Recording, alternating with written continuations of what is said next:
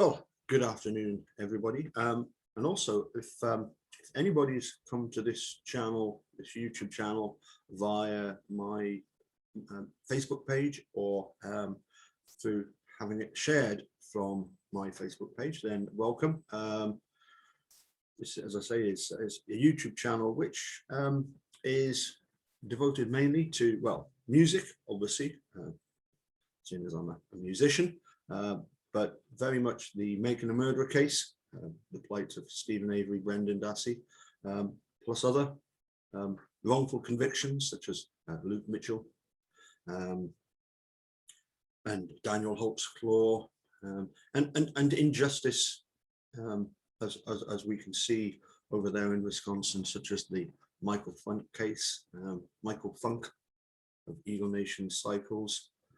As I say, other cases such as Scott Davis, we take an interest in any of the injustice cases that we come across.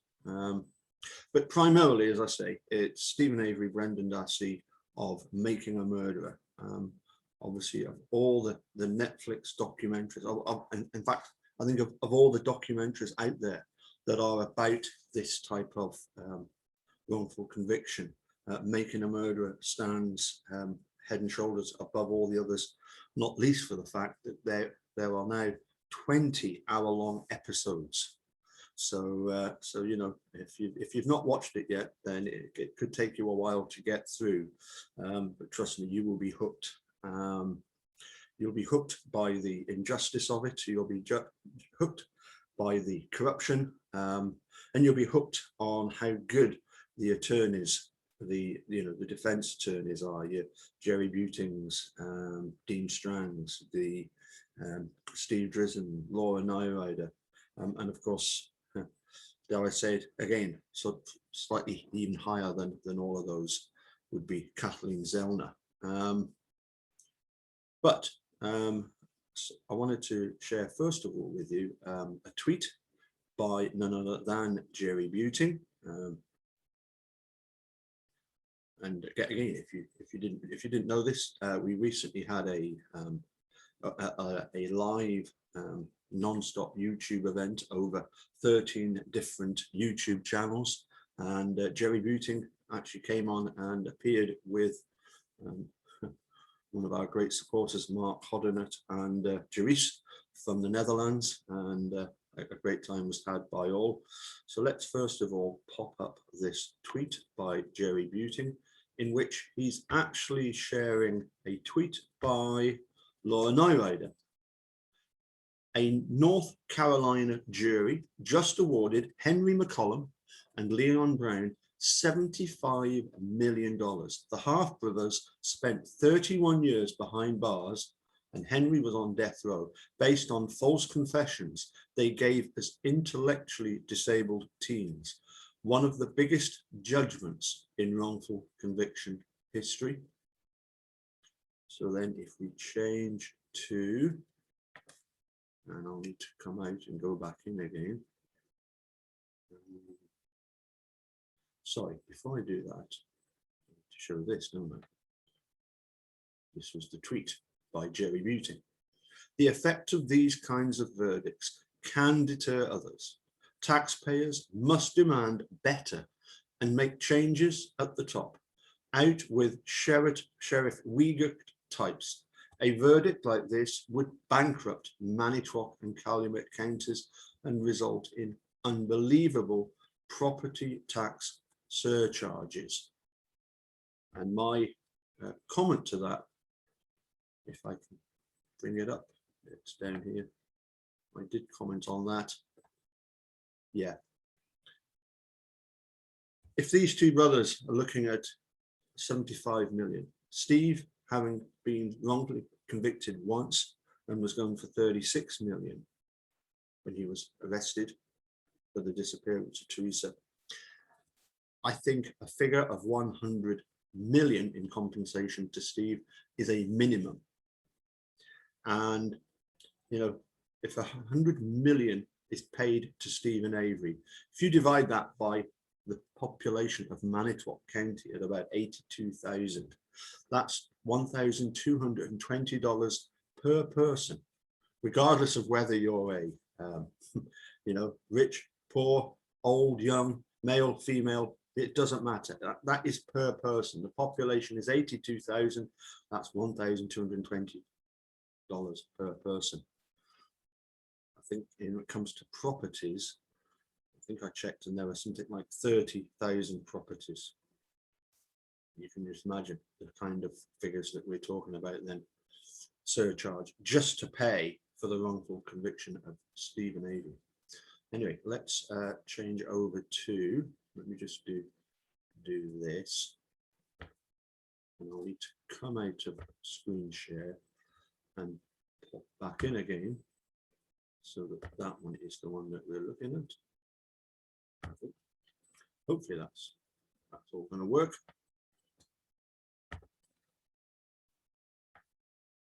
So this was an article that was posted by a very good friend of this channel, Mark Godsey, who also appeared on our Keep Talking Till They're Walking, It Really Matters weekend. It was from, well, Sunday going into the Monday morning. So Mark Godsey, the author of Blind Injustice, he is the head of the Cleveland Innocence Project, and also the author of the book Blind Injustice.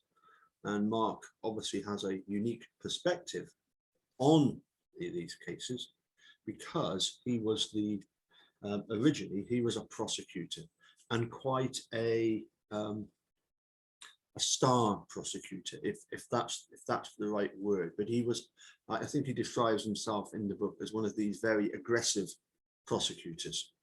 Aggressive, successful, went to university as a law professor. They had a unit within the university that had to, whereby he had to take over the Innocence Project of wrongfully convicted. And at the time he thought, well, nobody's ever been wrongfully convicted. And within a year, his whole opinion had changed. And as I say, he's now head of the Innocence Project in Cleveland. So anyway, let's carry on with this article in the Courier Journal from Andrew Wolfson.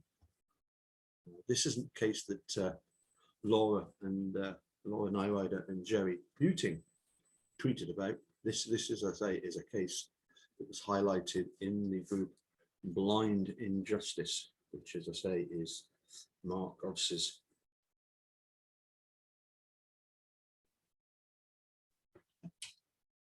Facebook page. So, as I say, by Andrew Wolfson. Let's come on down then. With some of his victims sitting behind him Tuesday in the courtroom, disgraced former Louisville detective Mark Handy offered no apologies for helping send 4 innocent men to prison. On his 62nd birthday, he admitted he had perjured himself in one of the cases and tampered with evidence in another. Showing no emotion, he was led away to jail by a deputy sheriff after Jefferson County Judge Olu Stevens sentenced him to 1 year in prison under a plea bargain that prohibits him from seeking probation. Edwin Chandler, who spent 10 years in prison because of Handy's lies, said he took no joy in seeing Handy taken off to jail. Nothing can replace what I have lost, he told Stevens.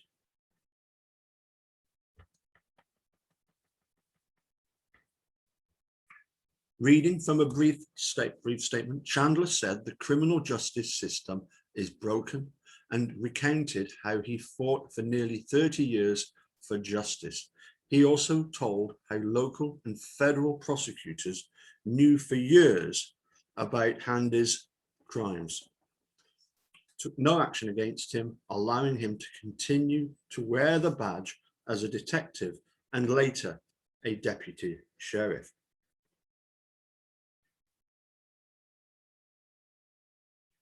I've just realised, I think.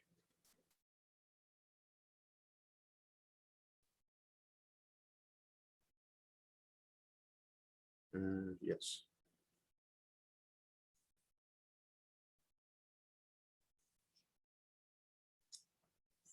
I think I've got the wrong place for Mark Godsey. I'm pretty sure he's the Ohio Innocence Project. So yes, I just wanted to correct that. Sorry, I think I said Cleveland. No, Ohio Innocence Project. He also told how local and federal prosecutors knew for years about Handy's crime and took no action against him, allowing him to continue to wear the badge as a detective and later a deputy sheriff. Chandler praised former Louisville cold case detective Denny Butler and special prosecutor Shane Young for finally bringing Handy to justice. Here we have Mr. Handy. Ex-Louisville detective Mark Handy was sentenced to 3 concurrent one-year prison sentences on Tuesday, May the 11th, 2021, for perjury that sent 3 men to prison. Handy's lawyer, Brian Butler, told reporters Handy never meant to send innocent people to prison. Which begs the question, what did he think he was doing? He said something that wasn't true, Butler said of Handy's testimony in Chandler's trial, and the result was tragic. I suspect the only thing that's tragic as far as Handy is concerned is the fact that he's been found out. Butler didn't address the other cases. He said his client had no fear of prison because he started his career as a corrections officer. Oh well, okay. That in that case, then he might stay an extra year. You never know. Later on the street outside the courthouse, Chandler joined with others who have been wrongfully convicted to demand that the Department of Justice investigate civil rights violations in Louisville. This was the interesting bit. Butler noted that Handy is one of only 2 officers held to account in 201 wrongful homicide convictions since 1990 in Kentucky, Illinois, and Oklahoma. He said taxpayers in those states paid a combined $417.3 million to settle 74 cases.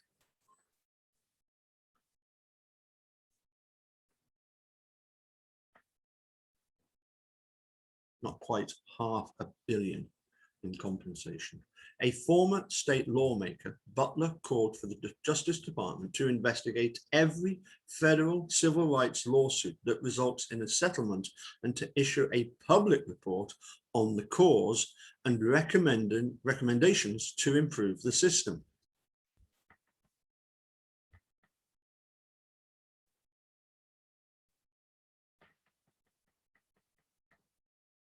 The city of Louisville already paid Chandler an $8.5 million settlement after his lawyers showed Handy fed Chandler facts to use in his confession and taped over surveillance video that might have pointed to the real killer. The city is still on the hook for millions of dollars more in pending lawsuits filed by 3 others, Keith West, Jeff Clark, and Keith Harding, who claim Handy violated their civil rights. West spent nearly 7 years behind bars for the shooting deaths of 2 men he said he killed in self-defense when they tried to kidnap and rape him. Handy admitted that he taped over a statement from a key witness. Wow. Stevens refused in 2019 to overturn West's 2 manslaughter convictions, but former Governor Matt Bevin pardoned him later that year. Handy was the lead detective in the case against Harding and Clark, who were convicted in the 1992 slaying of teenager Rhonda Warford. Handy testified that Harding admitted sacrificing animals as part of a satanic ritual and later decided that he wanted to do a human. But a judge ruled in 2016 that Handy wasn't credible, citing his misconduct in the Chandler case and other evidence. Clark and Harding were released after 22 years in prison, and citing its duty to do justice, the state attorney general's office dropped the case. Chandler, who was convicted in 1995 for the robbery and murder of convenience store clerk Brenda Whitfield, was exonerated in 2009 with the help of new fingerprint technology that identified another suspect, Percy Phillips, who's 54. Phillips was subsequently charged with murder in a case that is still pending. Butler recommended in 2009 that Handy be prosecuted for perjury in Chandler's case, but Commonwealth's attorney Dave Stengel said there wasn't enough evidence to win a conviction, and his successor, Tom Wine, in 2016, reached the same conclusion. The US Attorney's Office also considered prosecuting Handy in 2017, but they also dropped the case, Butler said. Acting US Attorney Michael Bennett declined to comment. Finally, the Metro Council in 2018 voted to ask Kentucky Attorney General Andy Beshear to appoint a special prosecutor, and he assigned Young, the Harding County Commonwealth's attorney, to the case. 2 months later, the grand jury indicted Handy. Young said it took him 4 hours to decide Handy should be charged, and that he asked the US Justice Department to investigate why he wasn't prosecuted earlier. I think we know why. Handy was finally indicted in September 2019, with both the prosecution and defense agreeing to give him probation. Both said his plea to a felony was sufficient punishment because it would make him ineligible to ever serve again in law enforcement. But in a passionate letter to Stevens, County Attorney Michael Connell said Handy committed a grave human rights violation and that probation would be manifestly against the public interest. Stevens rejected the proposed deal, calling Handy's crime a breach of public trust. That led to the second plea agreement requiring Handy to serve a year in prison.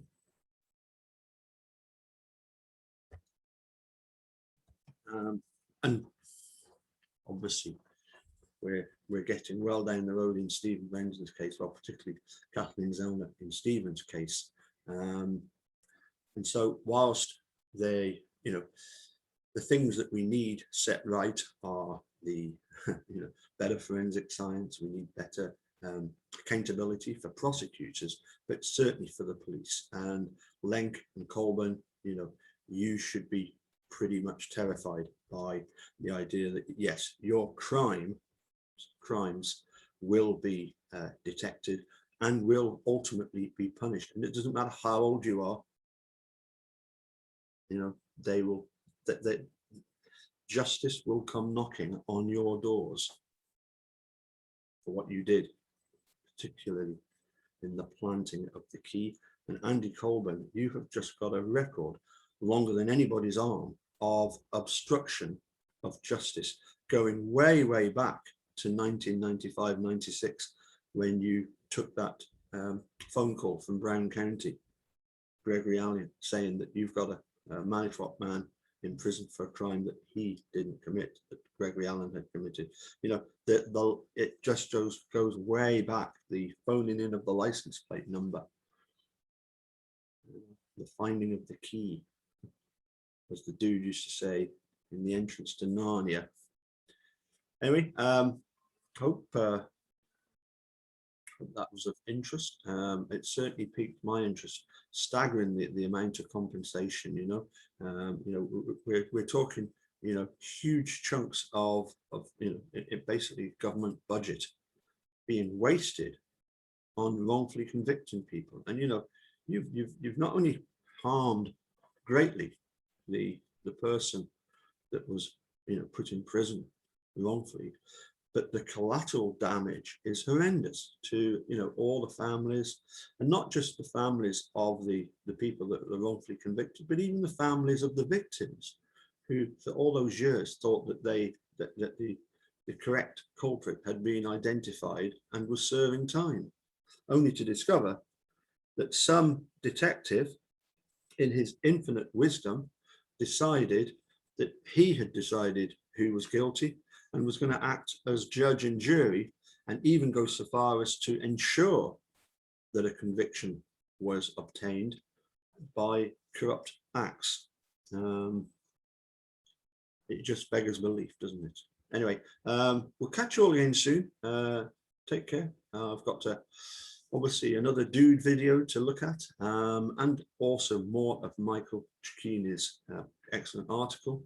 But as I say, yes, I do apologize at the beginning. I think I've said that Mark Godse was the head of the Cleveland Innocence Project. It's the Ohio Innocence Project. Okay, catch you all again soon. Bye for now.